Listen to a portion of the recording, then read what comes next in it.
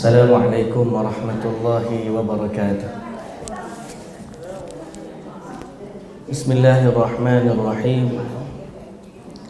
Alhamdulillahi rabbil alamin.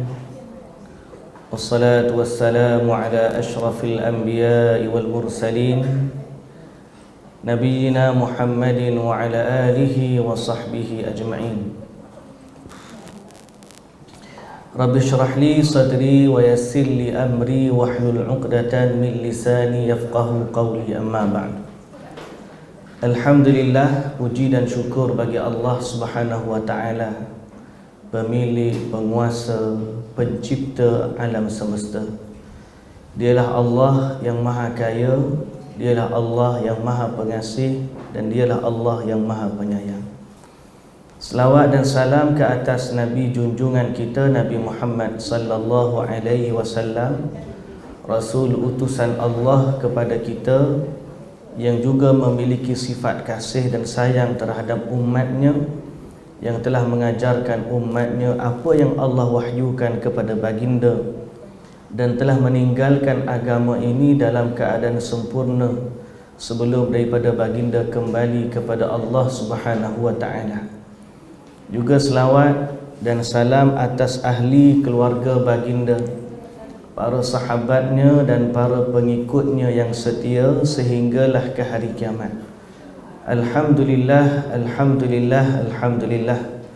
Syukur kita kepada Allah Subhanahu wa taala kerana pada pagi ini sekali lagi Allah Subhanahu wa taala mempertemukan kita.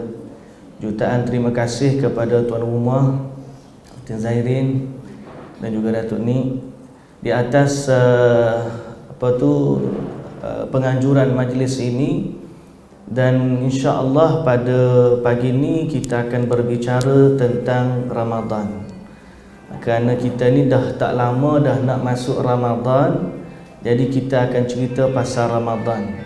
Buku kita yang berkait dengan rukun iman tu kita akan sambung lepas ni nantilah insya-Allah. Okey, jadi berat pula bawa buku tu. Tapi tak apa, insya-Allah buku tu boleh kita baca. Sebenarnya boleh je, tak ada masalah untuk kita sambung, tapi kerana nanti Ramadan mungkin kita tak jumpa, kita tak ada kelas dalam Ramadan kan. Kita nanti kelas lepas daripada raya pun insya-Allah. Jadi oleh kerana kita dah tak ada kelas dalam Ramadan, maka hari ini kita akan berbicara tentang Ramadan lah. InsyaAllah nanti kalaupun saya tak cakap, kita akan ada nanti mungkin ustaz-ustaz lain yang akan cakap. Tapi sempena kita jumpa dalam kelas kita ni, insyaAllah kita sama-sama lah ambil semangat awal untuk menghampiri Ramadan. Kerana perkara yang akan kita bincangkan dan perkara yang akan datang kepada kita ni bukan perkara yang biasa-biasa. Dia adalah perkara yang luar biasa, sehingga orang yang berada dalam Ramadan sangat-sangat bahagia dan memiliki atau memperolehi rahmat dan kebahagiaan yang sangat-sangat besar. Di mana dalam satu hadis riwayat Imam Al-Hakim, kalau kita nak buat bandingan, ada dua orang lelaki zaman sahabat Nabi. Dia masuk Islam sama-sama. Lepas dia masuk Islam, dia duduk di rumah seorang sahabat yang nama dia Talhah bin Ubaidillah. Nama dia siapa? Talhah bin Ubaidillah. Bila dia duduk di rumah Talhah, dia pun menumpang. Dua orang ni, salah satunya rajin, seorang lagi biasa-biasa. Akan tetapi yang rajin ni sebelum lama dia masuk, setelah tak begitu lama dia masuk Islam, dia pergi ke medan jihad dan dia mati syahid. Yang seorang lagi pergi juga tapi tak mati syahid, dia balik dan hidup selama setahun selepas daripada tu, dan kemudian dia mati. Kalau mengikut riwayat hadis, dia mati bukan sebagai syahid. Qaddarallah, Allah Ta'ala mentakdirkan Talhah bin Ubaidillah ni mimpi. Dalam mimpi itu dia tengok dia berada dengan dua orang yang menumpang di rumah dia ni, berada di depan pintu syurga. Kemudian datanglah suara menyeru, fulan bin fulan, masuklah kamu ke dalam syurga. Maka yang masuk dulu ni yang mati biasa. Duduk beberapa ketika, datang pula suara panggil, fulan bin fulan, masuklah kamu ke dalam syurga. Barulah yang kedua yang mati syahid ni masuk syurga. Kemudian dia duduk tunggu, takut-takut nak panggil seorang lagi, sebab tinggal dia seorang dah depan tu, dua masuk dah. Seorang tu kata, Talhah, kamu belum sampai lagi waktu, baliklah dulu. Dia pun tersedar daripada tidur dia. Dan dia rasa hairan. Apa yang menghairankan dia ialah macam mana orang yang mati dalam keadaan biasa masuk syurga lebih dahulu daripada orang mati syahid. Kita pun hairan. Macam mana kita tahu syahid ni pahala besar? Tiba-tiba orang mati biasa masuk syurga lebih dahulu daripada orang mati syahid. Lalu dia hairan sampai dia pergi jumpa Nabi SAW, dan dia tanya kepada Nabi SAW apa yang menghairankan dia. So dia pergi jumpa Nabi, dia tanyalah macam mana orang ni masuk syurga dulu daripada yang kedua, padahal yang kedua tu dia mati syahid. Jawab Nabi SAW, bukankah lelaki yang mati lewat tu dia sempat hidup setahun lebih lama daripada yang pertama? Dan bukankah dalam setahun itu dia sempat salat bilangan salat yang tidak sempat disalatkan oleh yang pertama? Dan bukankah dia juga sempat bertemu dengan Ramadan?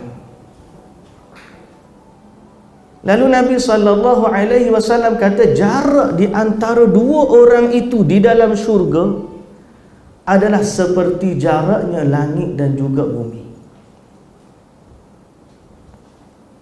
Beza jauh, padahal dia hanya sempat bertemu dengan Ramadan 1 tahun, 1 kali.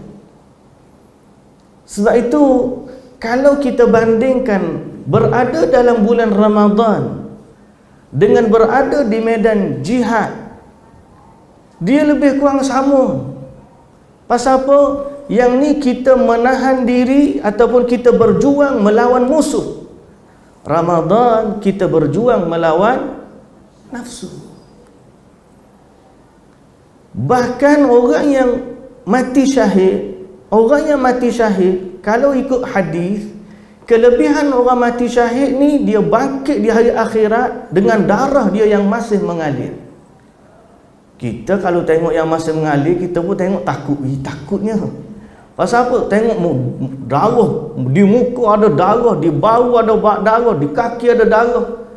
Kita kata takut pasal apa? Darah kita berbau hanyir.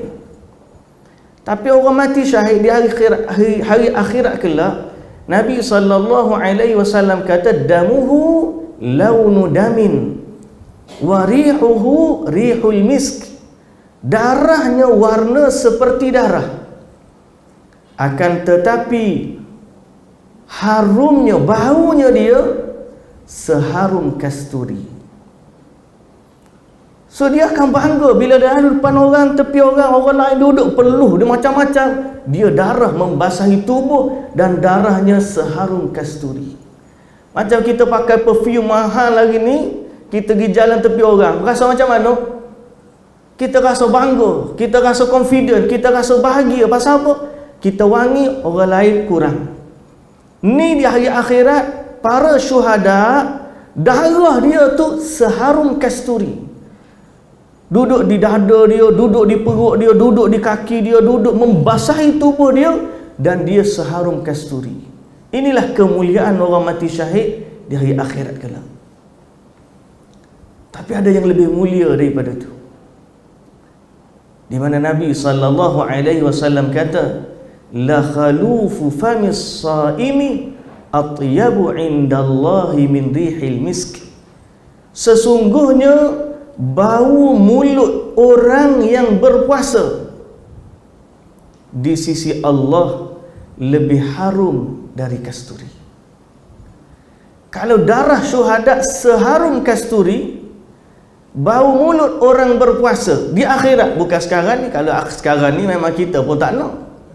Dah, macam darah bau hanyut, bau mulut hari ni pun tak enak. Tapi di akhirat kelak, Nabi SAW kata, la khalufu famis saimi atyabu indallahi min rihil misk.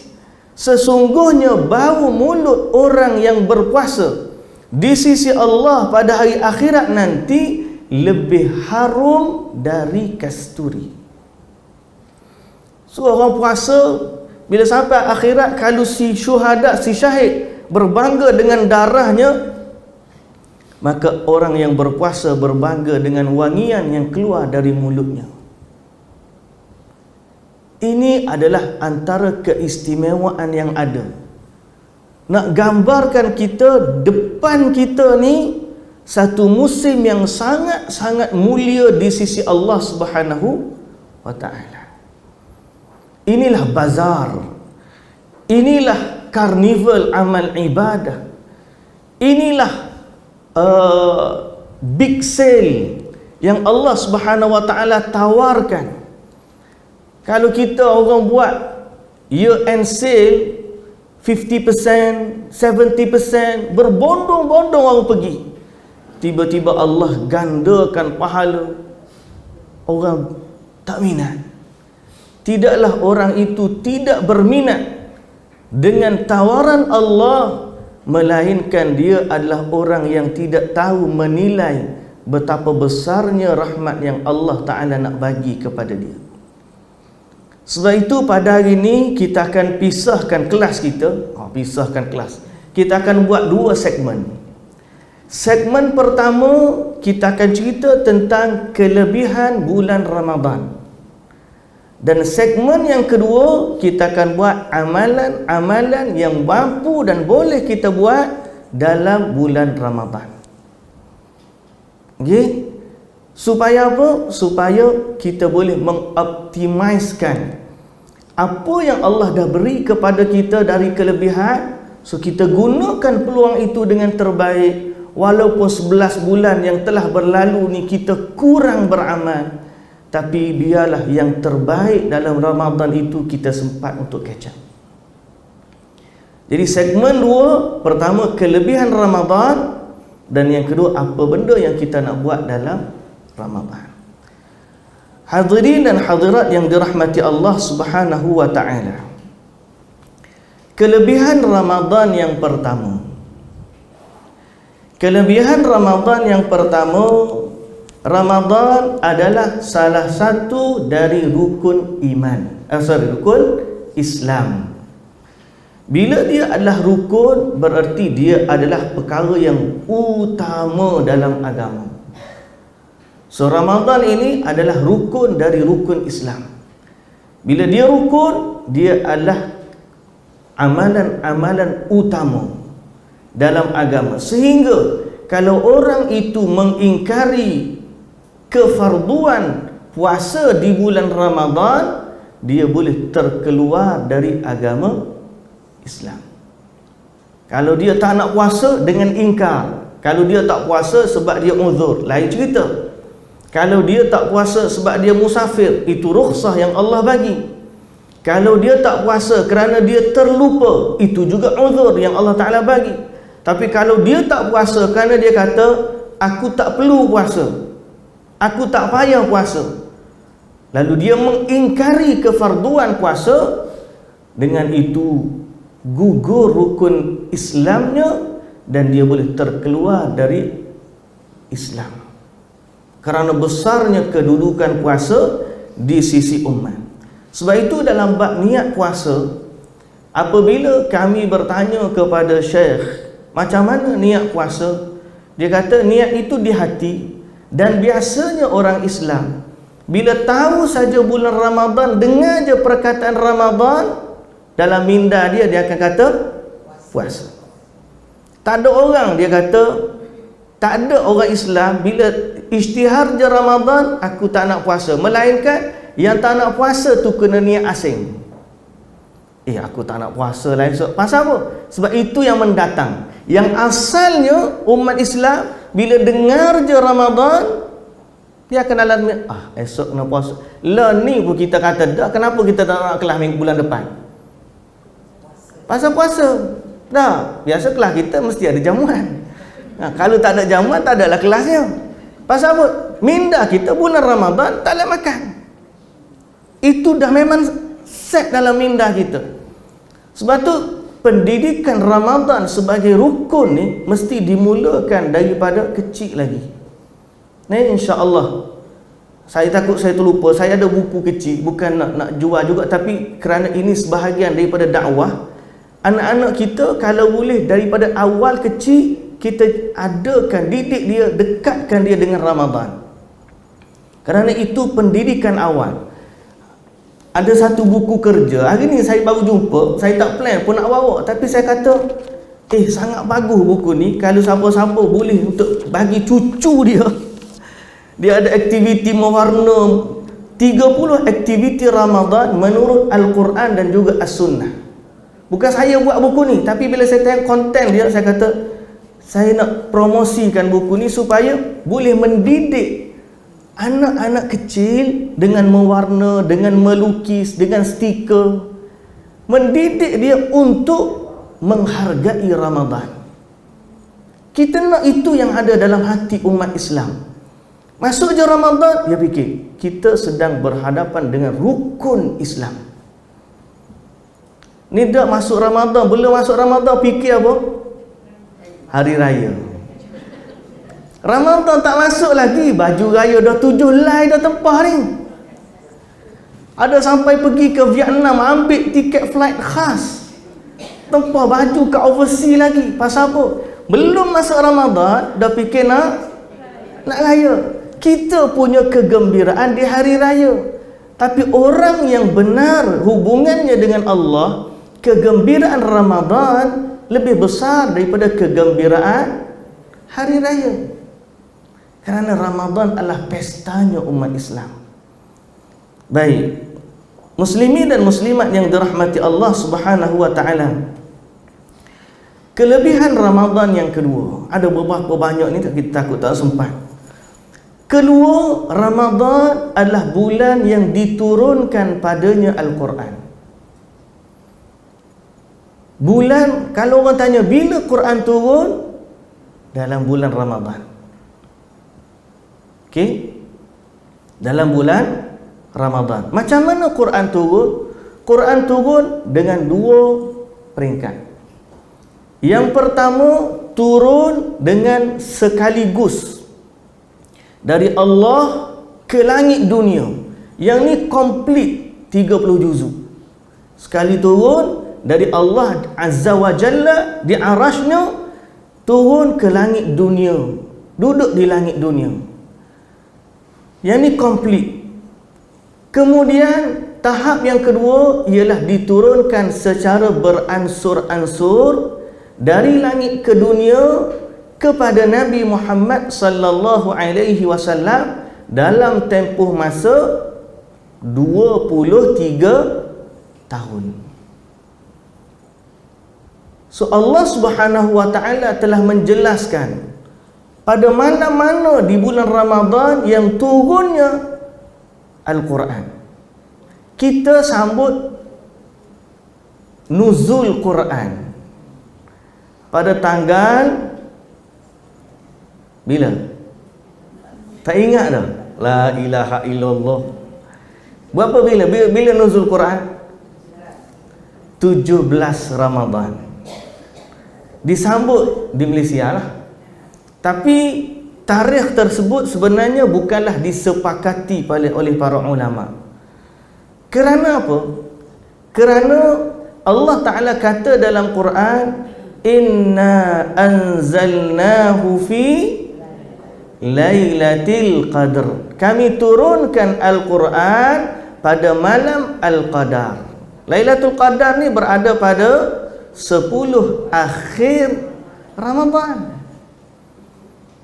So wallahu ta'ala a'lam. Mungkin ada pandangan yang kata tu kita ambil 17 Ramadan tu sebagai sambutan, which is sebenarnya dalam Islam bukan nuzul Quran yang kita sambut. Ramadan sepenuhnya itu adalah bulan Al-Quran. Sebab tu Allah Subhanahu wa taala menjelaskan dalam Quran lagi, syahrul ramadhan alladzi unzila fihi al-Quran. Bulan Ramadan adalah bulan yang diturunkan padanya Al-Quran. Bererti dalam banyak-banyak bulan Allah pilih Ramadan sebagai waktu diturunkan Al-Quran. Dan dia bukan koinsiden, bukan. Memang Allah pilih untuk diturunkan Quran pada malam yang terbaik, dalam bulan yang terbaik, kepada Nabi yang terbaik, kerana Quran adalah kitab yang terbaik. So kita kena tahu, bila Allah pilih Ramadan sebagai tempat bulan waktu turunnya Quran, itu bermakna dia adalah bulan yang terbaik. Kelebihan Ramadan yang ketiga, di dalam Ramadan ada satu malam istimewa yang kita panggil sebagai Lailatul Qadar. Dalam banyak-banyak hari dalam setahun, ada satu hari yang istimewa ni, satu malam yang istimewa. Dan dalam hari dalam setahun ada satu hari, siang hari yang istimewa. Di manakah siang hari yang istimewa dan di manakah malam hari yang istimewa? Siapa tahu? Malam Lailatul Qadar. Kalau siang apa dia yang istimewa? Sudah. Hari Arafah. Ahsanti, betul. Hari Arafah. Hari Arafah siangnya, sebab tu berlaku wukuf pada siang hari. Sampai terbenam matahari, Nabi pun keluar daripada Arafah. Siang hari Arafah adalah hari yang terbaik. Dan pada hari Arafah, siangnya Allah Ta'ala turunkan ayat Quran, Al-yawma akmaltu lakum dinakum wa atmamtu alaikum ni'mati wa raditu lakumul islam dina. Pada hari ini aku sempurnakan bagi kamu nikmatku. Al-yawma akmaltu lakum dinakum. Aku sempurnakan bagi kamu agama kamu. Dan aku cukupkan bagi kamu nikmatku. Wa raditu lakumul islam dina. Dan aku redha bagi kamu Islam sebagai agama. Ayat tu turun di siang hari terbaik, hari Arafah. Dan Quran mula diturun pada malam yang terbaik, iaitu malam Lailatul Qadar. Sebab tu kalau dibandingkan 2 kali 10, kita ada 10 yang terbaik. 10 akhir Ramadan dengan 10 awal Zulhijjah. Perasan tak? Dan ini 22-10 ni adalah 10 hari sebelum hari raya. Sebelum hari raya Idul Fitri, kita ada 10 akhir Ramadan. 10 hari sebelum hari raya Idul Adha, kita ada 10 awal Zulhijjah. 22-10 ni yang mendahului hari raya adalah hari-hari kebesaran dalam agama. Sebab tu kita raya tu adalah kerana 10 tu kerana kegembiraan dari hari-hari sebelumnya. Ibarat kata kalau raya tu dia macam convocation. Kita dah struggle 4 tahun, di hujung tu ada convocation.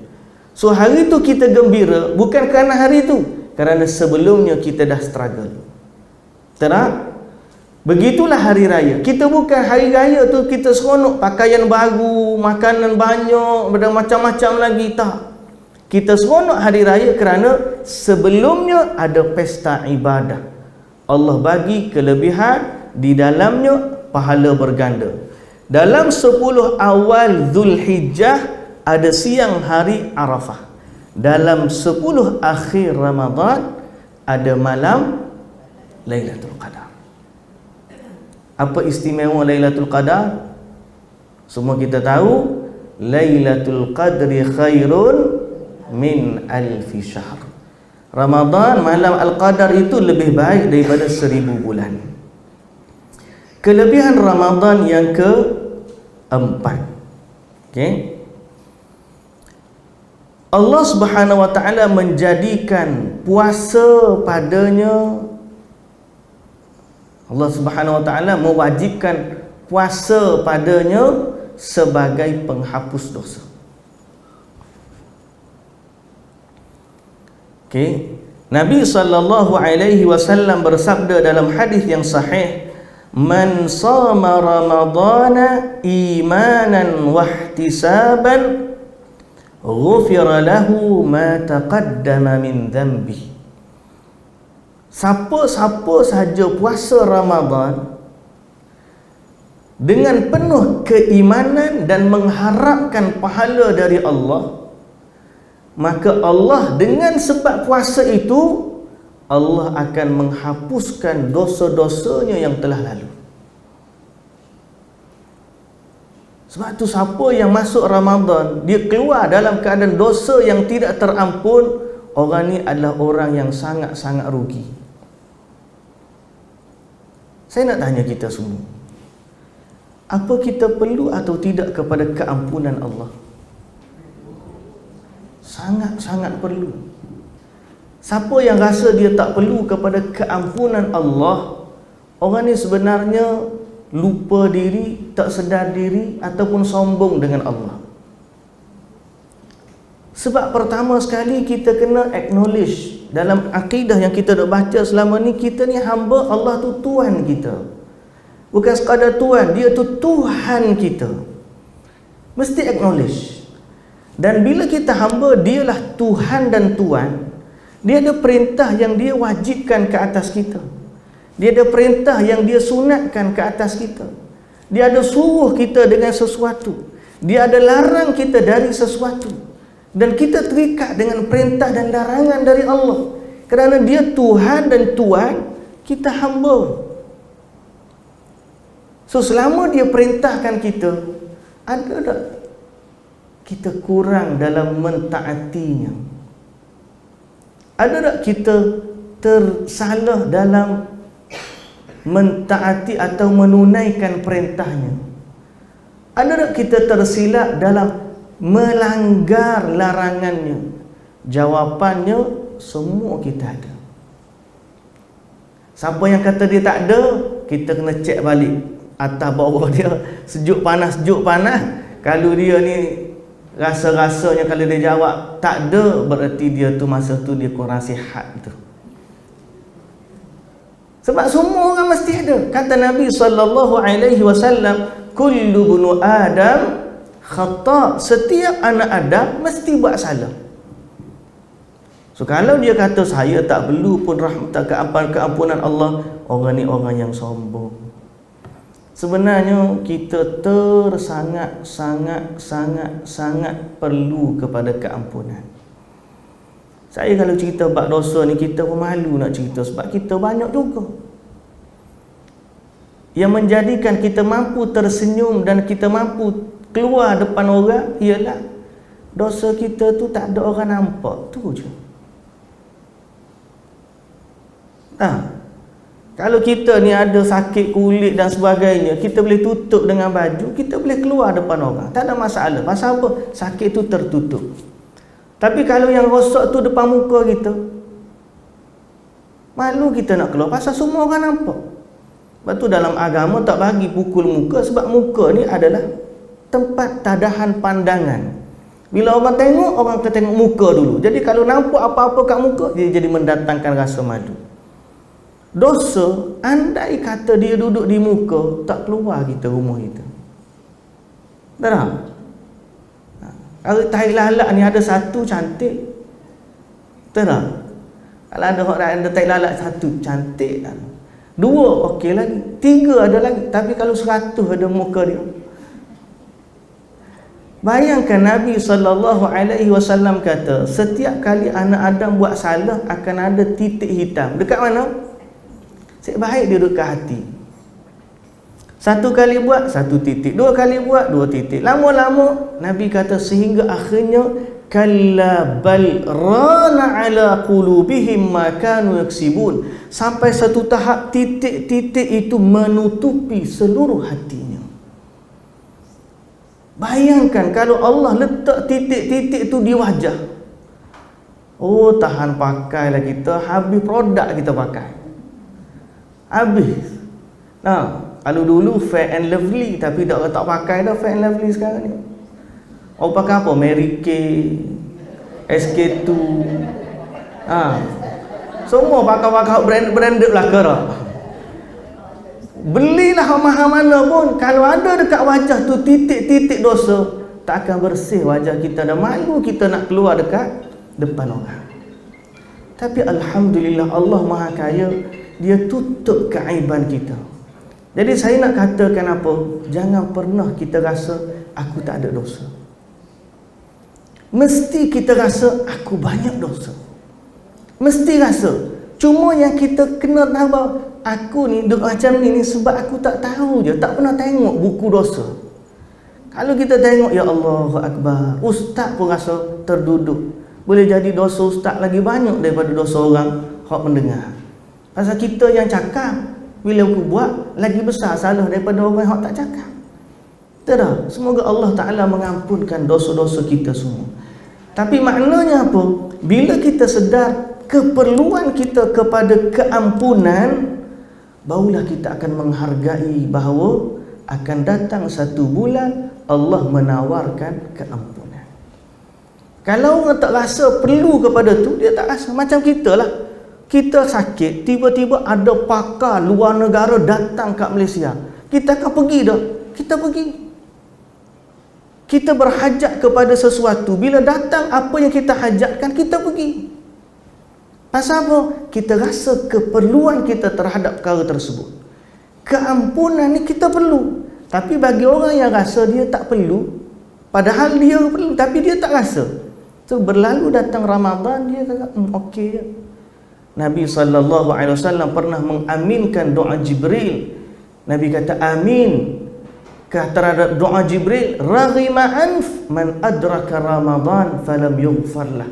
Sangat-sangatlah rugi orang yang sempat bertemu dengan Ramadan tapi tidak mendapatkan keampunan Allah, kerana terlalu luas. Dengan puasa Ramadan, Allah hapuskan dosa. Dalam hadis yang lain, Nabi SAW kata, man qama ramadana imanan wa ihtisaban ghufira lahu ma taqaddama min dhanbi. Siapa yang qiyam, bangun salat malam di bulan Ramadan, diampunkan dosa-dosa dia. So sebab tu siapa yang melazimi salat tarawih selama 30 malam sepanjang Ramadan, insya-Allah dia mendapat keampunan Allah. Mudah ke tak mudah? Mudah. Inilah tawaran. Bulan lain payah.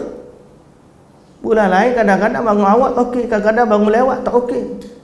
Kadang-kadang kita sempat solat, kadang-kadang kita tak sempat solat. Kadang-kadang kita semangat, kadang-kadang bangun awal dah tapi tak solat. Pasal apa? Pasal bukan Ramadan. Ramadan ni Nabi SAW mensyariatkan kepada kita qiyam di awal malam.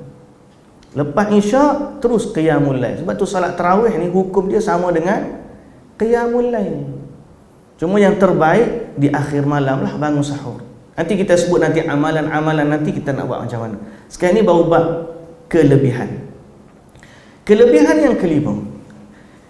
Kelebihan Ramadan yang kelima ialah pada bulan Ramadan dibukakan pintu syurga, ditutup pintu neraka, dan dibelenggu para syaitan. Okey? Sebagaimana hadis yang sahih riwayat Imam Bukhari dan Muslim, kata Nabi SAW, "Idza jaa Ramadan futihat abwabul jannah wa ghulliqat abwabun nar wa suffidatis syayatin." Apabila datangnya Ramadan, pintu syurga dibuka, pintu neraka ditutup, dan dibelenggu para syaitan.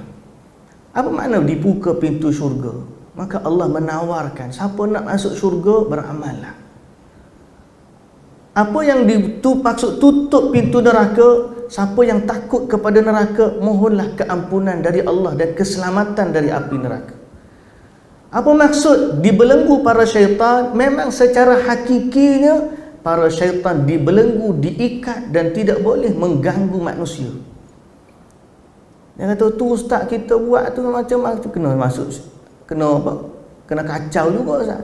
Yang tu dia panggil qarin. Adalah syaitan-syaitan yang menjadi qarin. Apa maksud qarin? Pendamping kepada manusia. Yang tu masih ada. Okey? Setiap orang dia ada pendamping dia. Jangan nak takutlah. Cuma kalau dia terlebih takut tu, syaitan menguasai dia, yang tu. Tapi kalau dia tu senantiasa berdoa kepada Allah, minta doa dengan Allah, Allah Ta'ala akan jaga dia daripada syaitan dia. Tapi maknanya apa? Bila dibelenggu para syaitan yang nak ganggu, gugat manusia, yang nak hasut, nak apa semua sekali, maka manusia itu diselamatkan oleh Allah Subhanahu Wa Ta'ala. Dan kalaupun qarin tu dibelenggu juga, tiba-tiba ada lagi masalah, itu tinggal lagi sifat peribadi manusia itu sendiri. Dia telah terdidik selama 11 bulan, dia marah kat syaitan, rupa-rupanya benda tu dia yang dah dia dah terbiasa buat. Lagu ni kata syaitan lah ni, pasal dia yang buat. Tapi maknanya apa? Hadis ni menunjukkan Allah memberikan kemudahan bagi orang beramal di bulan Ramadan. So bahasa kita kata highway tu dah ada, speed track pula tak ada. Tekanlah laju-laju. Bahasa mudahnya tu lah. Biasa kereta kita okey, ya, kereta kita kereta apa? Ada kereta Porsche, kereta Merc. Dia punya cc dia berapa? 3,000 cc, 5,000 cc, ada 7,000 cc. Sekali tekan dalam 10 saat dah dapat 100 km sejam. Tiba-tiba yang dia tak boleh tekan tu sebab depan tu dia tengok ada polis trafik. Punyalah jalan apa nak tekan, tengok-tengok ada polis, dia pun lalu slow. Padahal kereta dia mampu untuk laju. Dia balik kampung, balik pula kampung, tengok jalan pelopok-lopok. Jalan pula tak elok, nak tekan kereta okey tapi tak boleh nak pergi. Betul tak? Tiba-tiba sampai di satu tempat, jalan okey, speed track tak ada limit. Ya, speed tak ada limit. Tekanlah nak tekan banyak mana. Maka masa tu dia tekanlah. Cuma yang kita bimbangnya, bila jalan dah okey, speed track pun dah tak ada, tekan kereta tak pergi-pergi. Yang tu kita bimbang. Tekan tak pergi. Rupa-rupanya kereta kita bukan Porsche. Rupa-rupanya kereta kita kancil. Nah, tekan tu, tahu tu pasal apa? Inilah masalah dia. Beban kita sebelum Ramadan tu banyak. Allah dah buka pintu syurga, Allah dah tutup pintu neraka, Allah dah belenggu para syaitan. Dia kata, kenapa aku tak boleh buat macam orang lain? Tengok orang ni puasa, aku pun puasa tapi tak macam dia. Aku pergi tarawih tak macam dia. Dia baca Quran, kenapa aku tak boleh baca Quran? Rupa-rupanya dia dah level Porsche, kita masih lagi kancil. Bila highway dah terbentang, dia lalu 300 km sejam, kita masih lagi 60 km sejam. Itu bukan salah highway, itu bukan salah speed track dah. Itu salah kita yang tak servis kereta kita. So, servis kereta masing-masing. Moral of the story, servislah kereta masing-masing, tukar minyak hitam. Angkat, kalau kena angkat enjin, angkatlah enjin, supaya nanti masuk Ramadan kereta kita laju. Mana kereta kita? Hati kita.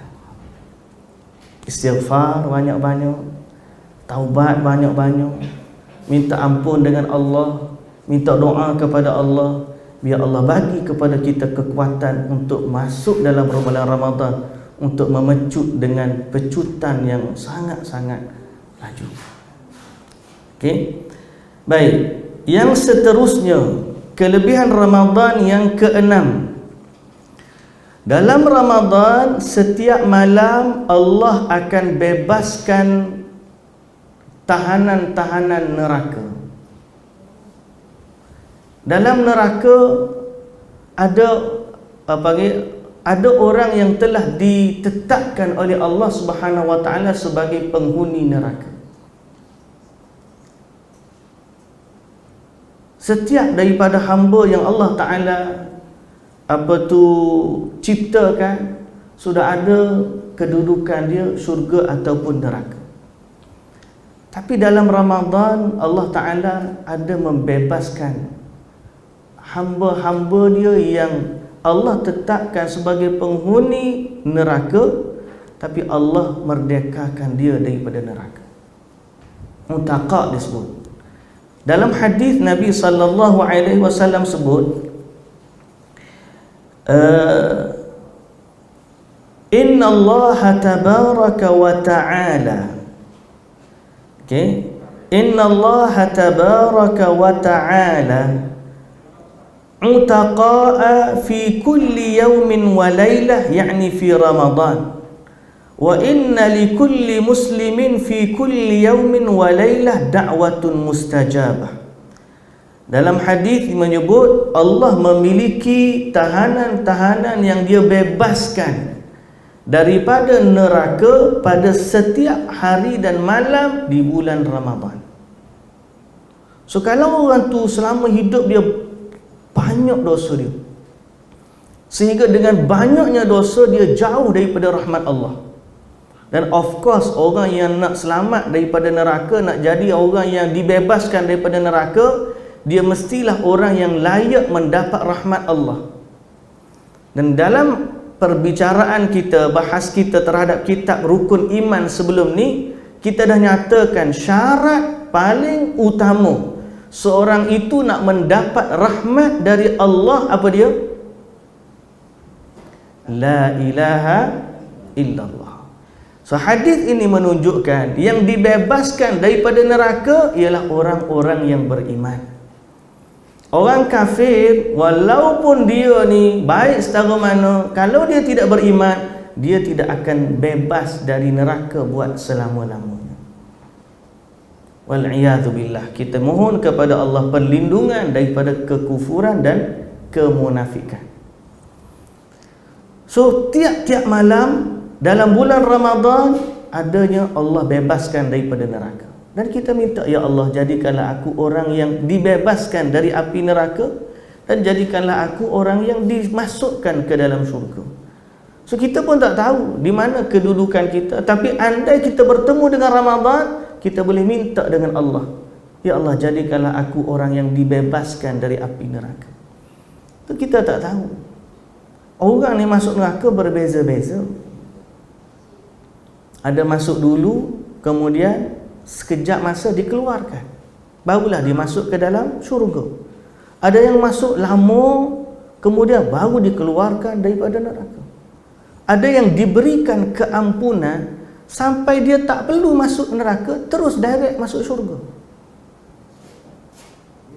Kalau kita baca bab syafaat, syafaat ni pertolongan Allah.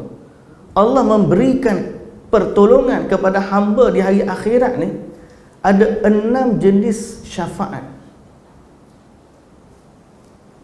6 jenis syafaat. 3 khas milik Nabi sallallahu alaihi wasallam. Dan 3 lagi untuk Nabi dan untuk nabi-nabi yang lain, untuk malaikat, untuk umat Islam seluruhnya.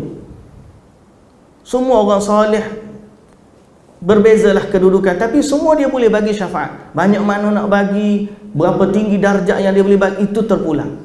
Tapi ada 6 kategori syafaat.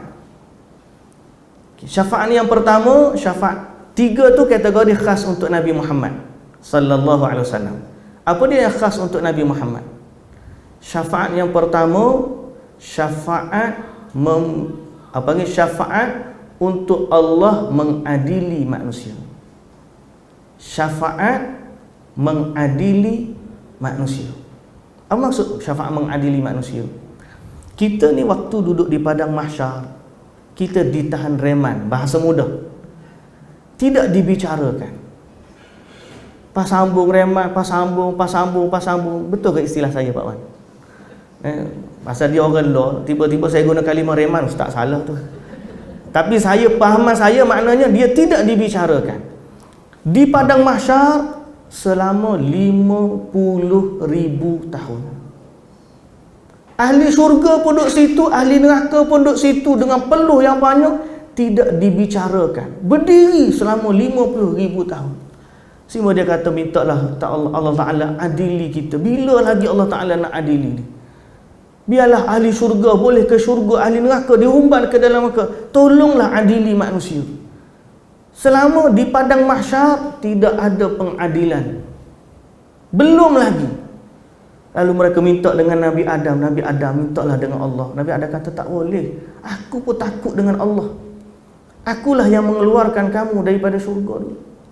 Minta tolong dengan Nabi Ibrahim. Nabi Ibrahim kata, tak boleh. Aku dulu pernah berdusta sebanyak 3 kali. 3 kali je. Kita 40 kali ni tak kata takut. Dia 3 kali pun takut.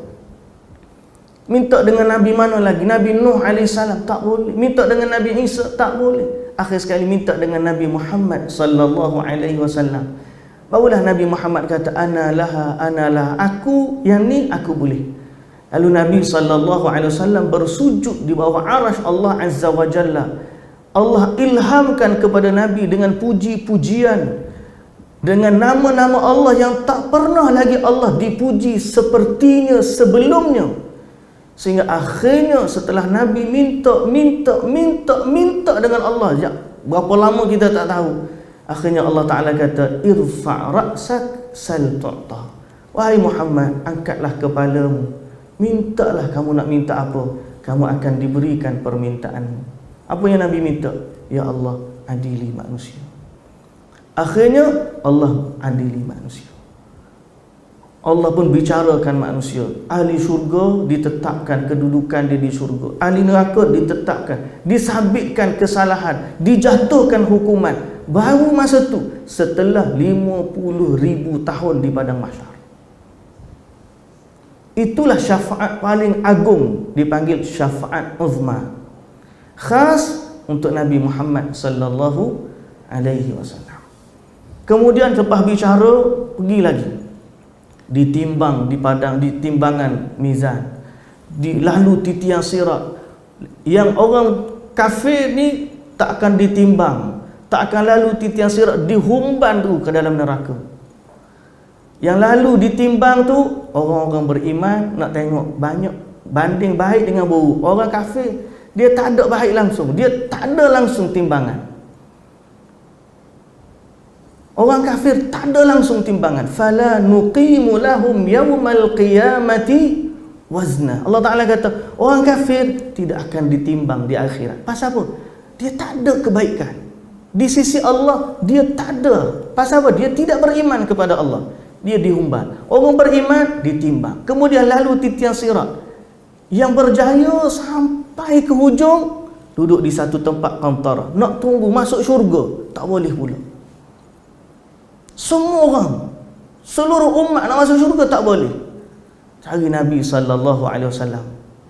Nabi, tolong minta izin dengan Allah, kita nak masuk syurga. Lalu Nabi sallallahu alaihi wasallam minta dibukakan pintu syurga. Barulah dibukakan pintu syurga, Nabi Muhammad sallallahu alaihi wasallam adalah orang pertama memasukinya. Itulah syafaat pertolongan Nabi yang kedua, yang tidak dimiliki oleh siapa pun selain daripada Nabi sallallahu alaihi wasallam. Dan syafaat Nabi yang ketiga ialah Nabi meringankan azab daripada pakcik dia yang kafir. Kita tahu orang kafir tak akan keluar daripada api neraka dan tidak boleh menerima rahmat dari Allah Azza wa Jalla. Tapi Nabi sallallahu alaihi wasallam, Nabi dengan sebab Abu Talib banyak tolong, Nabi sallallahu alaihi wasallam minta kepada Allah meringankan azab kepada Abu Talib. Itu sahaja riwayat yang ada berkaitan dengan orang kafir diberi keringanan. Yang lain tak ada. Fir'aun apa pun tak boleh. So 3 tu khas milik Nabi. Apa dia? Syafaat teragung, syafaat minta masuk syurga, syafaat meringankan azab dari orang kafir, iaitu Abu Talib.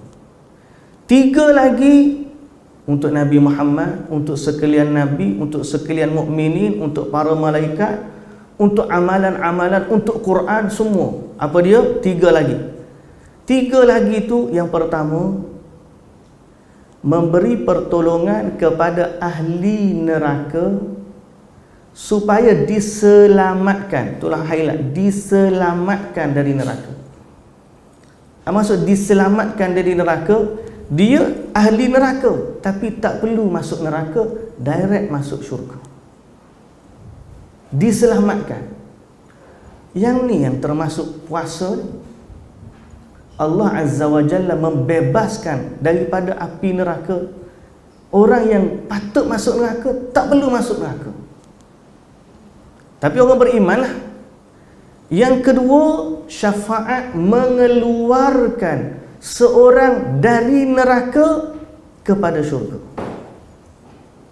Dia dah ahli neraka, masuk neraka, diberi syafaat oleh Allah dan diberi syafaat oleh orang-orang beriman. Syafaat ni milik Allah. Kena faham, syafaat ni Allah yang bagi, tapi melalui siapa? So, siapa tu boleh jadi Nabi, siapa tu boleh jadi orang-orang beriman, siapa tu boleh jadi kawan-kawan kita yang baik. Sebab tu kita ni bersahabatlah dengan orang-orang yang baik. Esok nanti tiba-tiba duk sembang-sambang, dia kata, mana kawan kita seorang tu? Tak nampak. Orang cari-cari, ya Allah, kawan kita seorang tu, dia terhumban ke dalam neraka. Maka seorang ahli syurga boleh minta dengan Allah, ya Allah, aku ada seorang kawan baik dulu, dia beriman kepada Allah, ada syarat nak masuk syurga, cuma dia belum lagi masuk syurga kerana dia memiliki dosa-dosa. Boleh tak Allah engkau ampunkan dosa dia, masukkan dia ke dalam syurga bersama dengan kami? Jawapan dia boleh. Itulah dia syafaat. So kalau kita ikut Nabi, kita dapat syafaat Nabi. Kalau kita bersahabat dengan orang-orang salih, kita dapat syafaat daripada orang-orang salih. Kalau kita baca Quran, kita dapat syafaat Quran. Kalau kita berpuasa, kita dapat syafaat puasa. Dan malaikat-malaikat juga boleh memberikan syafaat. So, nombor 5, syafaat mengeluarkan seorang ahli neraka dan memasukkan dia ke dalam syurga. Tinggal lagi satu yang terakhir, yang ke-6. Agak-agak apa dia? Syafaat yang terakhir ni, agak-agak apa dia? Tinggal satu lagi ni. Syafaat meninggikan darjat ahli syurga. Dia dah masuk syurga dah, tapi mungkin dia masuk syurga bawah. Tiba-tiba ada kawan dia, sahabat dia, even mungkin pasangan dia atau anak-anak dia berada di syurga yang tertinggi. Dalam syurga, Allah Ta'ala tidak akan turunkan grade syurga. Turun bawah tak berlaku. Rahmat ni bertambah dalam syurga, bukan berkurang. Apa yang laku? Syafaat. Daripada syurga bawah, diangkat darjat dia sampai kepada kedudukan orang yang nak bersama dengan dia. So kalau dia ada dua pasangan suami isteri, suami dia katalah dia ahli syurga tahap tinggi, isteri dia ahli syurga tahap bawah. Lalu bila dah sampai masuk syurga, yang bawah ni akan diangkat darjatnya bersama dengan yang tinggi.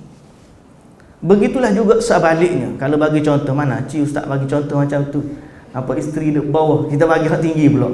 Andai kata isteri dia ni kedudukan tinggi dalam syurga, suami ni hak bawah sekali, contoh, nampak senyum sikit, contohlah contoh.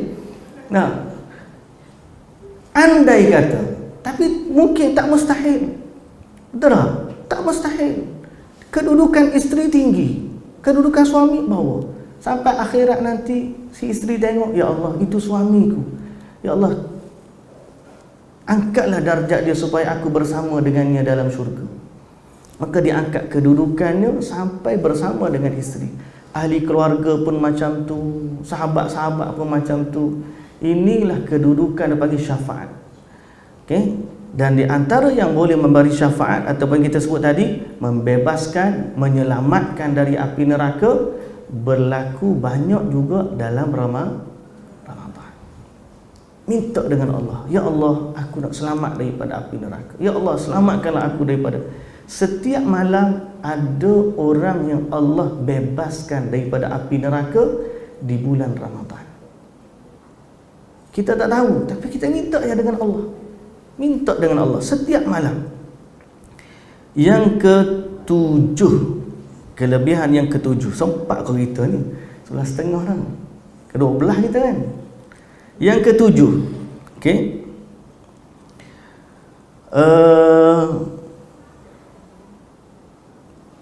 okey, Ramadan menghapuskan dosa juga. Tadi puasa menghapuskan sebab disebabkan puasa kan.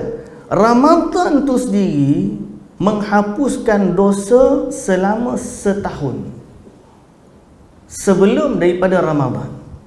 Mana dalil? Nabi SAW sebut salat 5 waktu, Jumaat ke Jumaat, Ramadan ke Ramadan, penghapus dosa di antara keduanya selama dia tidak melakukan dosa besar. So masuk je dalam Ramadan, terhapus dosa-dosa kecil. Dalam keadaan dia beriman kepada Allah, dalam keadaan dia taat kepada Allah, masuk je Ramadan, bertemu dengan Ramadan, terhapuslah dosa-dosa kecil dia selama dia tidak melakukan dosa-dosa besar. Allahu Akbar. Dia macam orang pergi jalan ke masjid, jalan je ke masjid, tak tahu solat lagi. Jalan ke masjid tu penghapus dosa dah, belum solat lagi. Begitulah Ramadan. So ada kafarah bersifat harian. Apa dia? Salat 5 waktu. Ada kafarah bersifat mingguan. Apa dia? Semayang Jumaat. Dan ada kafarah bersifat tahunan. Apa dia yang tahunan? Ramadan. Ramadan tu penghapusan. Dari Ramadan ke Ramadan, kita jumpa Ramadan ni, kemudian kita pun mungkin, yalah, biasalah, jumpa pula sekali Ramadan. Maka antara Ramadan dengan Ramadan, jumpa Ramadan kedua, dia menghapuskan dosa antara dua Ramadan. Besar ada anugerah Ramadan, besar. Cuma ada orang yang diharamkan daripadanya. Itu yang kita takut. Orang tu masuk Ramadan tapi diharamkan daripada kebaikan Ramadan. Allahu Akbar. Baik, yang seterusnya, yang ke-8. Okey. Kelebihan Ramadan, berpuasa di bulan Ramadan dan campur dengan 6 hari Syawal dapat kelebihan seperti puasa setahun. Siapa yang berpuasa di bulan Ramadan 30 hari, campur 6 hari di bulan Syawal, jadi berapa? 36. Kali dengan 10 kali ganda dapat berapa? 360 hari. Nabi SAW kata, man sama Ramadana thumma atba'ahu sittan min Syawal kana qasiyamid dahr. Siapa puasa Ramadan sambung lagi 6 hari Syawal, maka dia dapat pahala seperti berpuasa setahun. Yang ke-9, siapa yang salat tarawih atau qiyam di malam Ramadan bersama imam, maka ditulis baginya pahala seperti menghidupkan sepenuh malam. Jadi dalam Ramadan kita salat qiyamul lail bersama imam, itulah salat tarawih.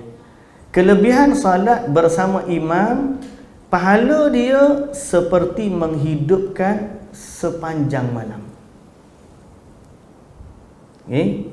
Kelebihan apa dia? Kelebihan Ramadan ni, pahala qiyamul lail sepanjang malam.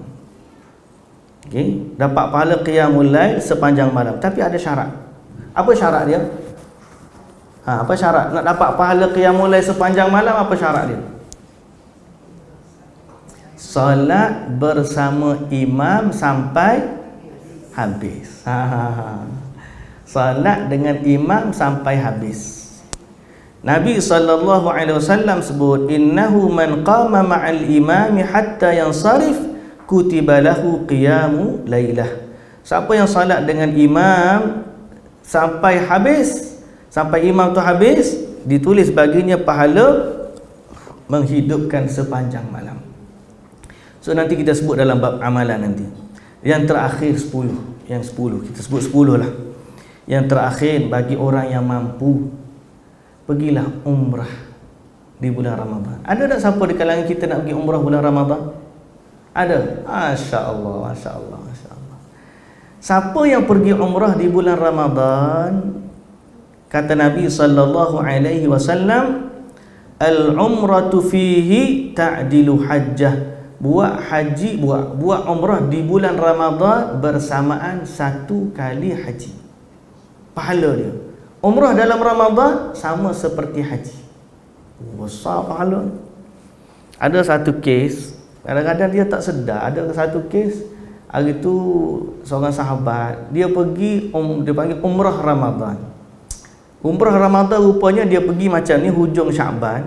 Dia sempat 2-3 hari je di Arab Saudi, kemudian dia balik. Saya tanya dia, macam mana tentatif dia? Dia kata dia pergi Mekah dulu, kemudian baru pergi Madinah. Saya pun fikir, maknanya nanti umrah tu bulan Syaban, Ramadan tu di Madinah. Saya kata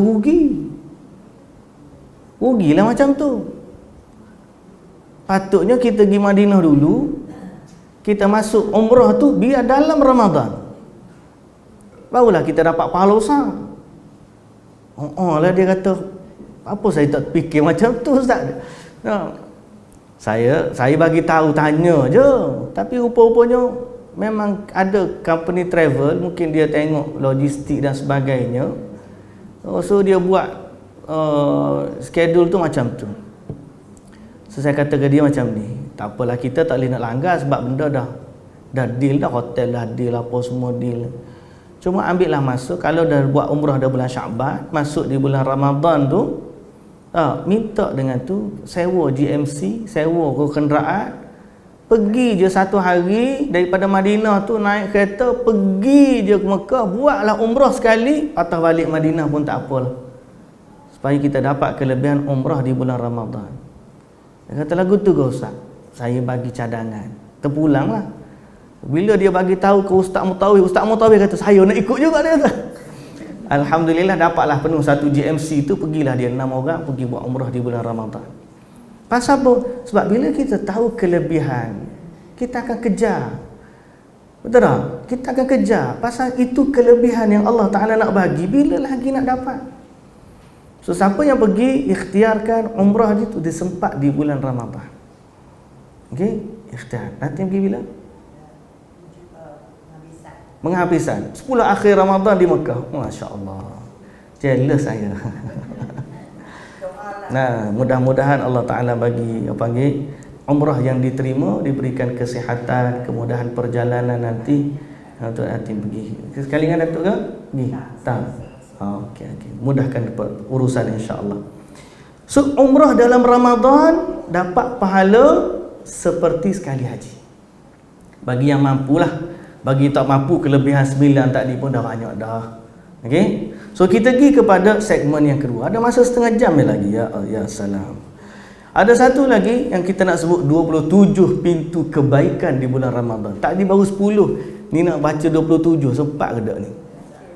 InsyaAllah. Okey. Kita pergi ke pertama. Benda-benda yang kita kena highlightkan selama Ramadan. Nombor 1. Jaga niat ikhlas. Ikhlaskan dalam semua yang kita sebut di awal tadi, semuanya tidak akan dapat andai tiada keikhlasan. Puasa kerana Allah, masuk Ramadan dengan nama Allah, buat baik umrah dalam Ramadan kerana Allah, baca Quran kerana ikhlas. Nombor 1 sekali, ini syarat yang paling utama dalam mana-mana ibadah, iaitulah buatlah kerana Allah. Jaga niat, nombor 1 sekali, jaga niat kita. Buatlah sesuatu tu kerana Allah. Kerana ikhlas inilah yang menyebabkan pahala kita besar ataupun kecil. Okey? Dan pahala bukan sekadar besar kecil, ikhlas jugalah yang boleh menyebabkan pahala itu besar ataupun tak ada langsung. Dengan keikhlasan, seorang yang infak RM10 boleh mengalahkan pahala orang yang sedekah RM100. Dengan keikhlasan, orang yang sedekah RM10 boleh mengalahkan pahala orang yang sedekah RM1,000,000. Pasal apa? Nilai keikhlasan yang ada. Kita tak tahu. Jadi ikhlaskan niat kita dalam beribadah kepada Allah Subhanahu wa taala. Yang kedua, perbanyakkan taubat. Taubat. Dosa terhapus dengan amalan automatik yang tu ada. Dosa terhapus dengan sebab puasa, itu ada. Tapi taubat ini adalah amalan khusus untuk keampunan. So taubat ni dia beza macam ni. Satu kita panggil kafarah, satu kita panggil taubat. Pernah dengar ada istilah ni? Kafarah ni penghapus dosa, taubat penghapus dosa. Kafarah ni biasanya menghapuskan dosa dengan asbab lain. Kita buat amalan, terhapus dosa kita. Kita diberi kesakitan, ditimpa musibah, terhapus dosa kita. Selama kita tidak melakukan dosa-dosa besar.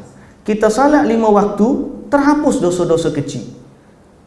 Kita meninggalkan yang haram, terhapus dosa-dosa kita. Selama tidak ada dosa besar. Tapi taubat ni penghapusan dosa seluruhnya. Nama dia taubat nasuha. Yang ni maknanya orang tu kata, ya Allah, aku bertaubat kepadamu dan aku kembali kepadamu. Astaghfirullah wa atubu ilaih. Tapi yang paling utama sekali ialah taubat itu berada dalam hati dan dia ada 4 syarat taubat. Apa dia 4 syarat dia? Berhenti daripada dosa. Yang kedua, menyesal di atas dosa. Berhenti sebab menyesal. Berhenti, menyesal, berazam untuk tidak buat lagi. Dan yang keempat apa dia? Buat tu semua kerana Allah. Kalau orang berhenti rokok, sebab apa saya berhenti?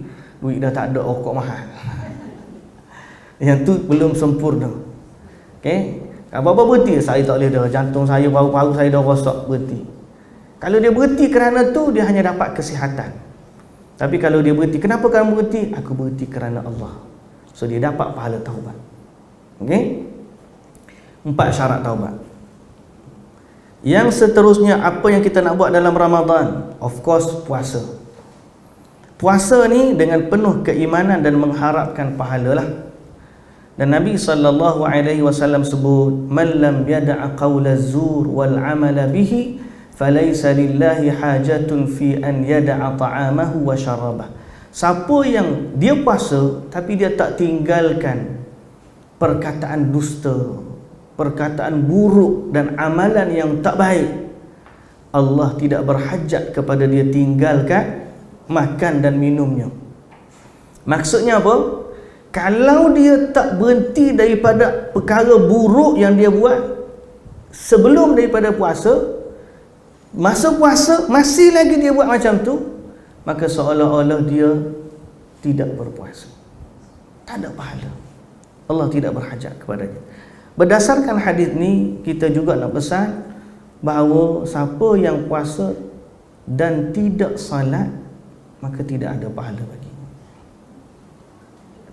Ada ke? Ada. Orang puasa tapi tak salat. Siapa yang puasa tapi tak salat, maka puasa dia tidak bermanfaat. Kenapa? Jawapan dia mudah je. Antara puasa dengan salat, dua-dua rukun Islam. Tapi dalam 2 rukun ni, mana yang lebih utama? Salat. Salat ni kefarduan dia setiap hari, 5 waktu sepanjang tahun. Puasa kefarduan dia 1 bulan sekali setahun. Tiba-tiba dia buat yang orang panggil nombor 2, dia tinggalkan yang nombor 1. Maka kalau dia tinggal salat, salat ni ukuran semua benda dalam hidup kita. Salat adalah qiyam, tiang dia, tiang seri dia. Tak ada yang ni, puasa pun tak manfaat, zakat pun tak manfaat, haji pun tak manfaat. Mesti salat 5 waktu. Sebab tu saya pesan, sebagaimana kita belajar sebelum Ramadan cerita puasa, ambillah waktu kalau ada masa buat ulang kaji tentang kualiti salat kita. Sama juga saya bila pergi kalau buat kursus haji dan umrah. Kita buat haji dengan umrah ni, Muslim haji lah contoh, pergi 40 hari. 40 hari kita duduk di Mekah tu, berapa hari kita buat haji? Kalau total package dia bermula 8 Zulhijjah, 9 Zulhijjah, 10 Zulhijjah, 11, 12, 13, 6 hari full package. Kalau orang nak ambil package yang kurang sikit hari dia, boleh dia ambil 9, 10, 11, 12, 4 hari selesai haji. Setengah tu dia ambil apa lagi? Dia ambil 9 dengan 10 je, sebelah pun dia bayar dam. Yang tu 2 hari. Sah dah haji? Sah. Tapi jangan ambil yang tu. Nah, nak sebutnya 40 hari duduk, 6 hari je buat haji. 34 hari lagi duduk di Masjidil Haram. Buat apa? Salat. Tiba-tiba nak pergi 6 hari dia belajar, dia kursus, dia berapa. Hak salat dia masih lagi pada takut yang sama. So saya katakan orang ni tidak bijak. Sebab dia ambil yang 6 hari, dia sia-siakan yang 34 hari. Sebaliknya kalau dia bijak, haji 6 hari pun dia belajar, salat untuk 34 hari di Masjidil Haram yang gandaannya 100,000 kali ganda setiap salat. Patutnya dia buat ulang kaji, perbetulkan kualiti salat dia. Maka saya nasihatkan begitu juga untuk Ramadan. Kita nak puasa Ramadan, betul. Tapi buatlah ulang kaji salat. Sebab kita nak salat 5 waktu, kita nak salat tarawih, kita nak salat qiyamul lail, kita nak salat sunat rawatib. Semua tu kalau kualiti salat kita tak sempurna, dia akan efek pahala-pahala kita. So, buat ulang kaji, okey? Untuk salat. Amalan kita yang seterusnya selain daripada puasa ialah qiyam. Itulah salat qiyamul lail lah. Nabi SAW berpesan bagaimana kita dah sebut di awal tadi, man qama ramadhana imanan wa ihtisaban ghufira lahu ma taqaddama min dhanbi. Dan qiyam nak pahala besar penuh macam mana? Salat dengan imam sampai habis. So kita cari macam ni. Orang kita ni dia kreatif. Kreatif macam mana? Dia tahu dia solat nak 8 rakaat ikut sunnah, tapi dia pergi cari hak tepat imam solat 20. Pasal apa? Kalau dia solat dengan imam 8 pukul 9 start, pukul 10 baru habis. Kalau dia solat 8 belakang imam 20, 9.20 habis dah. So dia target apa dia? Dia target solat tu seawal mungkin dia habis. Habis salat 9.20 dia pun moreh sampai pukul 10. Moreh juga tu situ juga tak lain pun. Moreh je sampai pukul 10. So dia dapat pahala, insya-Allah dapat pahala mudah-mudahan, tapi tak penuh. Kalau kita nak salat penuh, carilah dia macam ni. Kita ni ada 2 perkara kita kena tengok bila kita qiyam. Pertama, bilangan rakaatnya Nabi. Confirm Aisyah radhiyallahu anha, isteri Nabi bagi tahu Nabi salat malam ni 11 rakaat. So 8 salat tahajud, 3 campur witir. Tu total 11. Itu confirm. Nabi sallallahu alaihi wasallam sebut bilangan rakaat dia. Aisyah radhiyallahu anha sebut. Tapi dalam sisi yang lain, kita kena tengok juga qadar bacaan dan qadar qiyamnya Nabi. Walaupun 8, tapi solat Nabi panjang sampai bengkak kaki. So kita tak nak ambil bilangan saja tanpa dan kita abaikan qadar. Kenapa dulu orang ambil bilangan sampai 20? Sebab nak dapatkan qadar. Qadar tu maknanya tempoh dia lah. Kalau pukul 10 solat, kita baca surah pendek, kena baca banyak rakaat baru dapat sampai pukul 10. Betul tak? Kalau kita semayang 8 baca surah pendek, 9.20 dah habis dah. So kita nak kadar bacaan tu panjang sampailah kita boleh qiyam sampai pukul 10. Macam mana buat? Buatlah sampai 20. Itu yang berlaku. Zaman dulu tak adalah sampai pukul 10, lagi lama lagi lah. Mungkin dia baca 2 juzuk satu malam, 3 juzuk satu malam. Yang penting dia nak kadar qiyam. Jadi kita ni kena raikan dua-dua faktor. Faktor pertama, bilangan rakaat Nabi 8. Faktor yang kedua, kadar qiyam Nabi lama.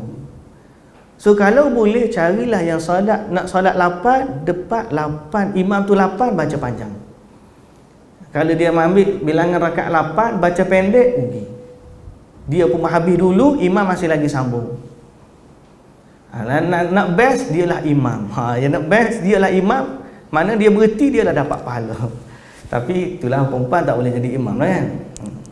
Tapi kalau dari satu sudut yang lain pula, kalau dia nak salat tiba-tiba ustaz, kita ni orang perempuan contoh, kita nak kena rumah, kena buat apa dan sebagainya, kita nak salat qiyamul lail pada malam-malam Ramadan di rumah, boleh ataupun tidak?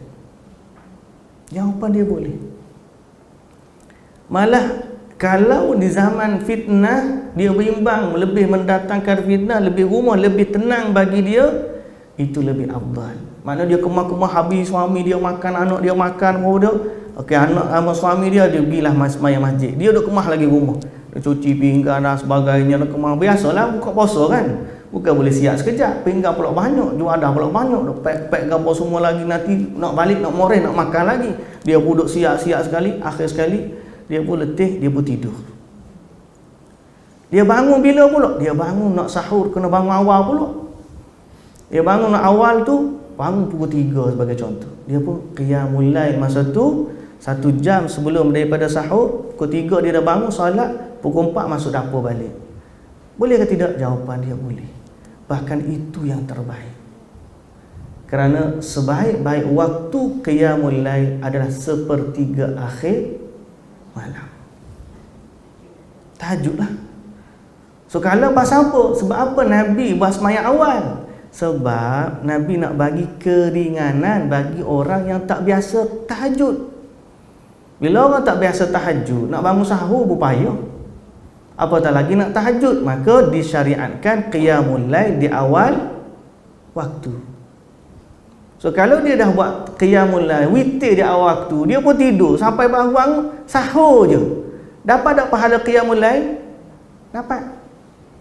Tapi tetap saja waktu yang terbaik untuk qiyamul lail ialah sepertiga akhir malam. So boleh saja kalau seorang tu dia nak qiyam di akhir malam, dia kata saya penat uruskan makan minum anak, suami dan sebagainya, saya tidur dulu, kemudian bangun di awal malam pukul 3, solat 1 jam, kemudian pukul 4 baru masuk dapur, pukul 4.30 atau pukul 5 baru kejutkan suami dan anak-anak, makan sahur, pukul 6 sambung puasa. Alhamdulillah, itu juga adalah terbaik. Okay? Dan itu pahala dia lagi banyak ekstra lah, dia dapat pahala menyediakan makan pula untuk orang berbuka dan bersahur, itu ekstra lagi. Baik, yang kelima, apa yang kita nak buat? Cari malam Lailatul Qadar. Yang ni malam Lailatul Qadar ni mesti dicari. Dan jangan cari jumpa je. Cari, ada orang, malam Lailatul Qadar, malam Lailatul Qadar, kamu buat apa? Tak ada, aku nak tahu malam tu je. Janganlah cari saja. Cari tu untuk mendapatkan kelebihan qiyam dalam malam Ramadan. So macam mana mencari malam Lailatul Qadar? Macam mana cara mencari malam Lailatul Qadar? Ialah dengan bersungguh-sungguh pada qiyamul lail di 10 akhir Ramadan. Maknanya cara dia tiap-tiap malam qiyamul lail, itu cari. Jangan bangun malam tengok dulu, malam ni bulan tak berapa cerah ni. Tak apalah, tak payahlah, malam ni bukan Lailatul Qadar, tutup tidur balik. Itu bukan cara dia. Cara dia bangun solat, esok bangun solat, lusa bangun 10 malam, insya-Allah dapat. Sebab tu Nabi SAW mensyariatkan iktikaf di 10 akhir Ramadan.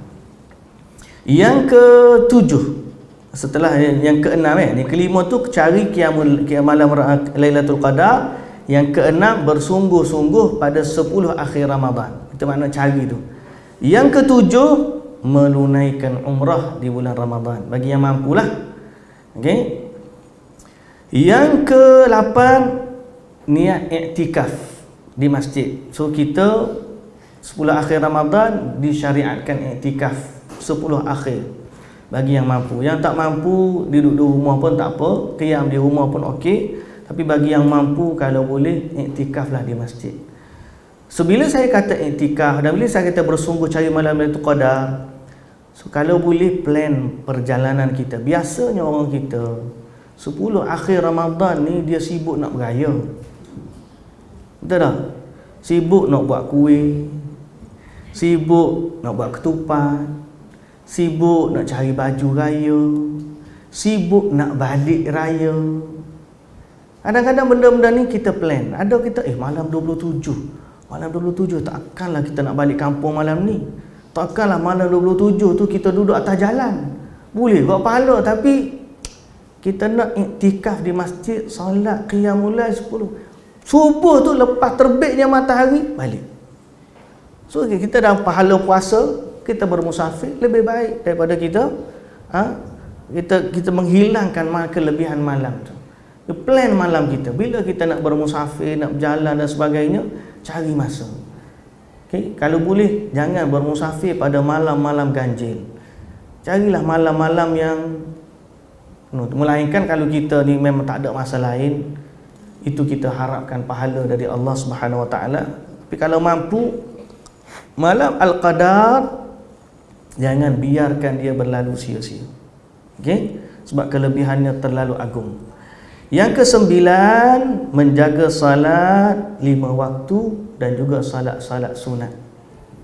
Bagaimana saya sebut tadi, di awal lagi keutamaan salat lebih utama daripada keutamaan puasa. Tambah lagi dengan salat-salat sunat. Kita ada projek salat sunat selain daripada tarawih. Apa dia? Salat sunat rawatib. Boleh salat 2 rakaat sebelum subuh, 4 rakaat sunat sebelum zuhur, 2 rakaat sunat selepas zuhur, 2 rakaat sunat selepas maghrib, 2 rakaat sunat selepas isyak. Total 12 rakaat. Kata Nabi SAW, siapa jaga 12 rakaat ni sehari semalam, dibina baginya satu istana di dalam syurga. Wow. Satu hari, satu istana. 2 hari, 2 istana. 3 hari, 3 istana. 4 hari tak tahu nak duduk mana. Terlalu besarnya syurga. Betul tak? Tapi tak apa. Dalam syurga ni tak ada benda yang jemu. Tak ada. Keindahan yang terlalu indah. Okay? Yang seterusnya, yang ke-10. Yang ke-10,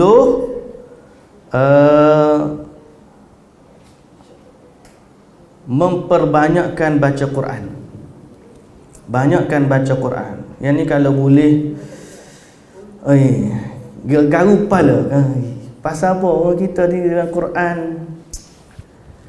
kadang-kadang dia rasa beban nak baca Quran.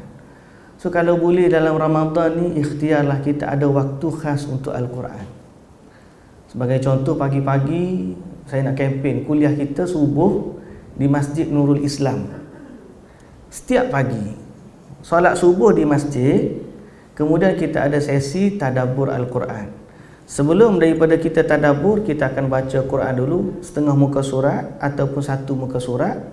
So kita dapat pahala baca, kemudian kita tadabbur sampai waktu syuruk, lebih kurang dalam 7.30 ataupun 7.40. Kemudian berakhir dengan solat isyraq ataupun solat awal duha. Kemudian kita pun boleh balik dalam sekitar pukul 7.45 dah balik semualah. Okay? Setiap hari daripada Isnin sampai Khamis. Itu yang sekarang ni pun kita dah buat dah. Cuma mungkin ada yang hadir, ada yang tak hadir, ada yang ikut program secara online, alhamdulillah. Tapi saya nak kempen, kalau nak setiap pagi ada masa dengan Quran, datanglah ke masjid. Okay? Saya ada program tu. Kalau cari masjid kita pun, masjid lain pun tak apa. Tapi yang penting kita ada masa dengan Quran di bulan Ramadan. Dan kalau boleh cari waktu supaya kita dapat khatam Quran. Ramadan. Okey. Yang ni saya sebut tadi macam kereta kancil dan kereta Ferrari ni. Ahli Quran dia baca Quran mungkin khatam, ada yang khatam 2-3 kali dalam sepanjang Ramadan. Ada yang khatam 10 kali dalam Ramadan. Dan ada orang yang tak khatam pun dalam Ramadan. Yang lebih sayang lagi, ada orang yang tak baca Quran pun dalam Ramadan. So yang ni kalau boleh, sebab saya kata tu sebab saya tahu Quran ni nak kena ada kemahiran nak baca dia. Kalau tidak memang kita baca slow. Bila baca slow 2 muka surat kita tutup lah. Tak? Tapi tak apa. Kalau pun kita terpaksa merangkak-rangkak, Nabi SAW sebut, orang baca Quran dalam keadaan merangkak-rangkak, dia dapat 2 pahala. Dia dapat 2 pahala. Yang penting kita ada masa dengan Quran. Boleh tak? Buat jadual, insya-Allah. Yang ke-11, menaja, kita sebut menaja lah, atau memberi makan buka puasa. Beri makan orang buka puasa. Yang ke-12, berbuka dengan kurma kalau mampu. Kalau ada kurma, mulakan dengan kurma. Yang yang ke-11 tadi apa? Menaja buka puasa ataupun bersegera membuka puasa. Bersegera, kita ajar lagi. Bersegera membuka puasa. Maknanya azan, Allahu Akbar, mak kita buka puasa tu. Orang kata laparnya dia. Bukan lapar dah, sunnah. Sunnah. Kalau boleh tu sebelum azan tu pegang dah biji kurma tu. Kita rem kereta. Allahu Akbar. Lampu hijau, pak muat tu.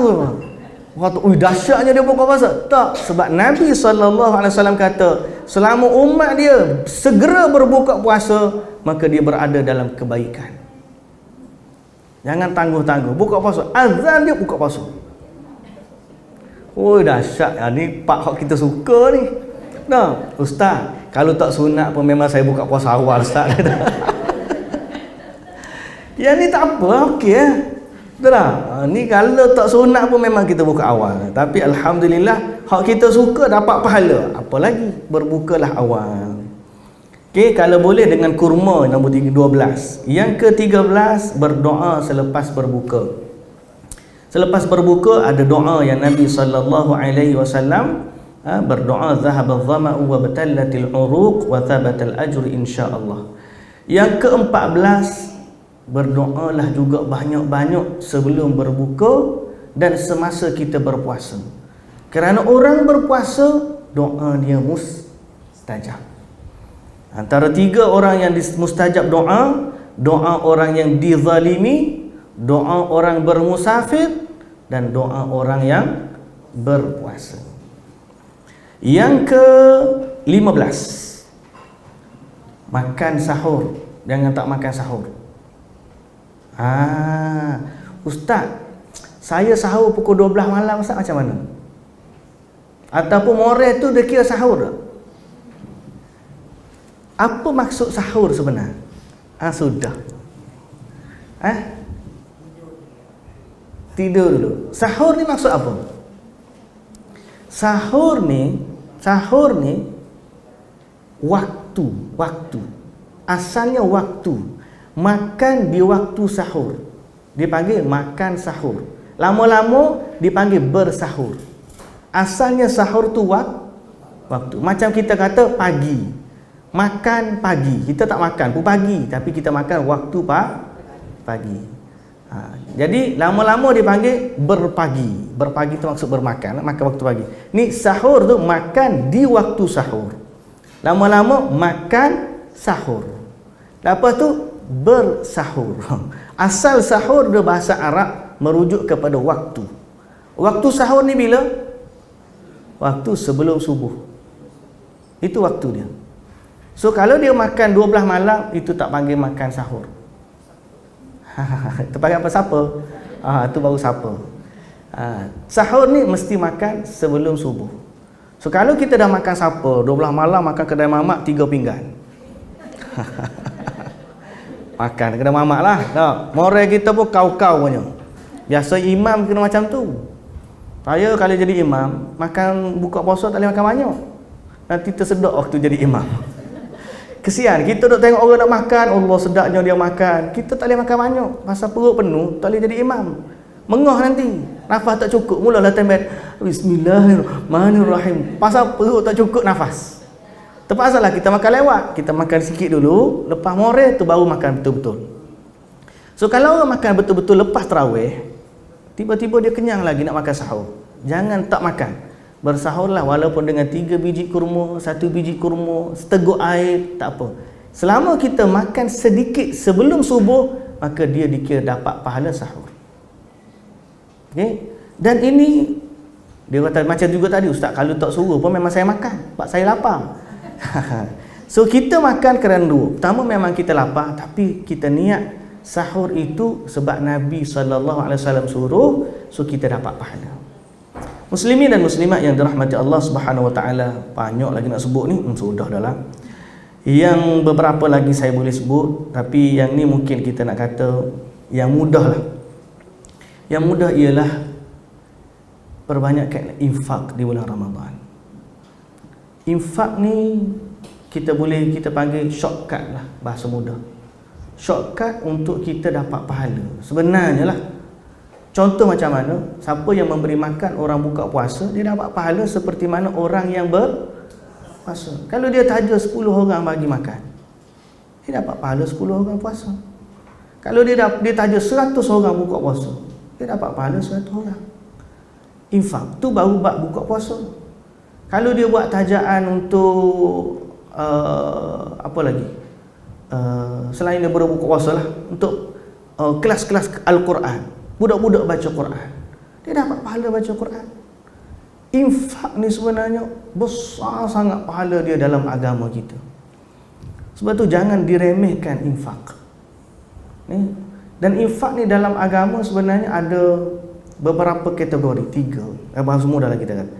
Pertama, zakat. Zakat ni biasa harta yang lebihan harta yang kita tak boleh ambil pun, pasal dia dikira harta yang lebih, bukan milik kita. Jumlah dia 2.5% dalam harta kita yang cukup nisab. Kemudian dia ada lagi harta yang kita boleh infak sedekah.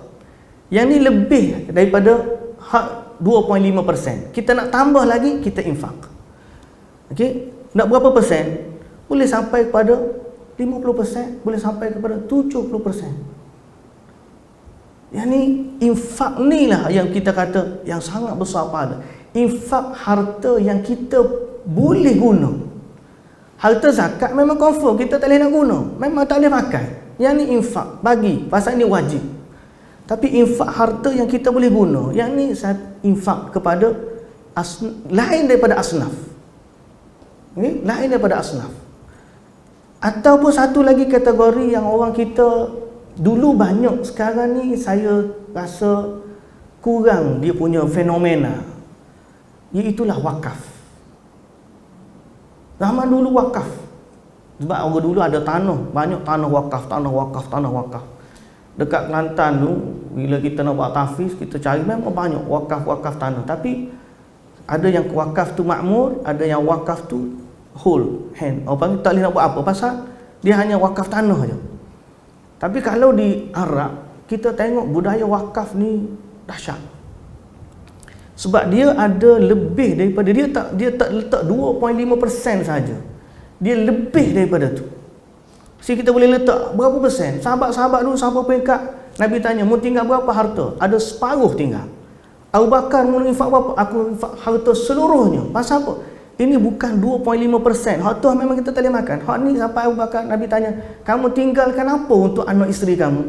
Dia kata, "Aku tinggalkan Allah dan Rasul." Kalau tuan-tuan puan-puan baca sejarah, contohnya Syekh Sulaiman Ar-Rajhi, dia sampai harta dia wakaf. Dia ada masyru', dia panggil projek-projek wakaf. Projek perniagaan wakaf, projek pertanian wakaf, projek ternakan wakaf, projek kurma, tanam kebun kurma wakaf. Zaman orang kita belum lagi dipanggil Wizaratul Awqaf. Baru ni ada saya bincang dengan Dr. Inayah dekat UIA. tentang wakaf. Mungkin Pak Wan kenal. Dr. Inayah ke Inayah. Saya kenal yang sebelum pakar. Pak Wan dia memang bahagian wakaf. Sebab pasal kita banyak orang kita dia letak sekarang pasal apa zakat sebab dia boleh claim LHDN. Wakaf kita tak ada kan Pak Wan? Yalah pada mana, tapi kita tak boleh nak tutup dengan LHDN tu, tak boleh nak claim kan? Kau boleh tak ada ni? Ada masalah sikit. Jadi banyak orang kita bila saya cerita benda ni sebab apa? Sebab Ramadan ni maksanya orang berinfak. Ramadan ni maksanya orang berwakaf. Ramadan ni waktu ni lah kalau kita nak kelebihan-kelebihan. Banyak orang dia letak daripada 2.5%. Tapi kita nak lebih daripada tu kalau boleh. Saya kadang-kadang masa ni banyak orang minta, tak apalah bagilah mana-mana. Pasal apa? Infak ni sebenarnya pada kita mungkin kita mudah, pada orang nak dapat tu payah, so kita infak. Wakaf contoh, macam mana wakaf boleh buat jaga Masjidil Haram? Saya bila cerita wakaf kita tengok orang Arab dahsyat. Masjidil Haram, hotel Zamzam Tower tu wakaf. Zamzam Tower sebesar-besar tinggi menara jam tu projek wakaf. Wakaf Malik Abdul Aziz. Berapa bilion punya projek wakaf. Kita alhamdulillah ada yang Daudobi tu, Bank Islam punya kan. Tu antara orang yang nampak tentang wakaf, dilesurahkan. So benda-benda macam ni orang zaman dulu dia ada tanah dia wakaf. Kita mungkin tak ada, tapi kita alhamdulillah zaman ni projek wakaf sudah di skala kecil. Orang tak mampu wakaf banyak, orang boleh runcit-runcit sikit. So kita cari pasal apa? Biasa wakaf ni sifat dia berpanjangan. Kalau kita iftar, orang bagi makan, buka puasa, orang bagi makan, habis. Apalah pahala buka puasa tu. Tapi kalau wakaf, dia boleh berpanjangan. So masa ni kadang-kadang masjid minta, sekolah tahfiz minta, apa pun minta. Masa ni kita bagi juga bahagian. Ada bahagian untuk iftar, ada bahagian untuk wakaf supaya berpanjangan. Okay? Mudah-mudahan kita diberikan pahala dan oleh Allah Subhanahu wa taala. Dan saya pun di sini kita ada tahfiz. Kalau boleh nak mewakafkan, sama ada harta, sama ada nak bagi apa, supaya apa? Berpanjangan sifat dia. Kita kadang-kadang nak cari memanglah kalau kongsi pengalaman nak jaga sekolah tahfiz memang struggle. Kita semua tahu. Tapi kalau semua orang dia ada memahami konsep wakaf, banyak benda kita boleh bantu pendidikan umat dengan projek-projek begini. Baru ni saya cuba minta zakat, tapi zakat dia tahfiz dia bukan asnaf. Kita perlu masuk kepada bab-bab projek perniagaan, siapa boleh tajuk. Yang wakaf Masjidil Haram tu menarik, dia punya wakaf bagi modal, dia sewakan setelah 20 tahun baru jadi wakaf. Makna dia hanya wakaf profit dia. Raksumal modal dia ambil balik, dia dapat balik, dia wakaf profit. So dia bagi harta 1 juta. Lepas 1 juta dia orang tu panggil invest, dia dapat balik 1 juta duit dia modal, untung tu wakaf. Ada juga. Dahsyat dia punya pasal apa? Dia nampak benda tu sebagai infak yang boleh memberikan pahala di akhirat. Okey. Hadirin dan hadirat yang dirahmati Allah Subhanahu wa taala. Jadi mudah-mudahan Allah Subhanahu wa taala memberkati kita dalam Ramadan yang akan datang. Kemudian kita boleh juga disebut di sini kalau yang mampu, siapa-siapa ada yang kenalan rakan-rakan perniagaan. Orang-orang kaya, orang ada duit. Saya kena bagi tahu sebab apa? Ini peluang. Kalau kita tidak boleh menyumbang, jadilah orang yang mempromosikan sumbangan. Ini disebut dalam nota kita, at-tansiq ma'at tujar wa ashabi al-mahallat. Cari orang-orang, kita promoter Ramadan. Awak Ramadan duit awak banyak, bagi sikit. Ni saya bukan Ramadan ni bagi. Hak ni contohnya, bagi ke anak-anak. Beli, bagi ke cucu-cucu. Seorang 10 naskah beli. Bagi. Supaya apa? Promosi Ramadan. Promosi Ramadan. Anak-anak dihidupkan dengan perkara ini. Mudah-mudahan kita dapat menjadikan Ramadan kita tu sebagai satu Ramadan yang memberikan kebaikan. So benda-benda macam ni selain daripada kita mampu buat dengan diri kita sendiri, bila kita mampu buat pula untuk orang lain, community tu insya-Allah saling melengkapi, kita dapat manfaat yang besar. So mudah-mudahan hadirin dan hadirat yang dirahmati Allah Subhanahu wa taala sekalian, kita berhenti setakat tu dulu. Insya-Allah ada rezeki nanti kita akan sambung lagi. Sebenarnya ada 27 ni tapi tak sempat nak sebut. Sampai ke zakat fitrah, sampai ke solat raya nanti kena adalah nanti sambungan. Mungkin kalau tak sempat malam ni saya akan cerita tentang Ramadan juga live di Facebook saya dan Pro Media Tajdid, dan mungkin dalam Ramadan juga nanti kita akan ada live, boleh tengok dekat page Ustaz Ahmad Hashimi. Dalam masa yang sama juga insya-Allah lah kita sedang, memang saya sebut tadi wakaf, kita sedang mencari dana wakaf. Untuk saya ada 4 tahfiz sebenarnya bawah saya. Kita nak cari dana untuk kita invest dan kita nak kembangkan dia supaya kita boleh jalankan tahfiz-tahfiz yang ada ni. Sebab mungkin ada yang dapat mesej ni tahfiz minta sumbangan nama Ustaz Hashimi, penam dia. Memang kita sangat-sangat perlu kepada bantuan. Jadi siapa-siapa yang boleh mampulah, sama ada nak bagi terus dana wakaf ataupun infak dan sebagainya, kami sangat ala-alukan di bulan Ramadan ini untuk sama-sama kita menjayakan misi membina generasi Al-Quran. Okay? InsyaAllah itulah misi yang kita sedang usaha untuk capai. Mudah-mudahan Allah berilah rezeki kepada kita semua. Okay? Sikit sebanyak mungkin kita kongsi, ramai-ramai ni tak berasa sangat. Seorang bagi sikit, lama-lama cukup lah dana tu. Tak banyak kita nak 1 juta je. Sikit-sikit tu dapat 1 juta, Alhamdulillah. Kita ada 4 tahfiz, 3 di KL ni dan 1 di Kelantan.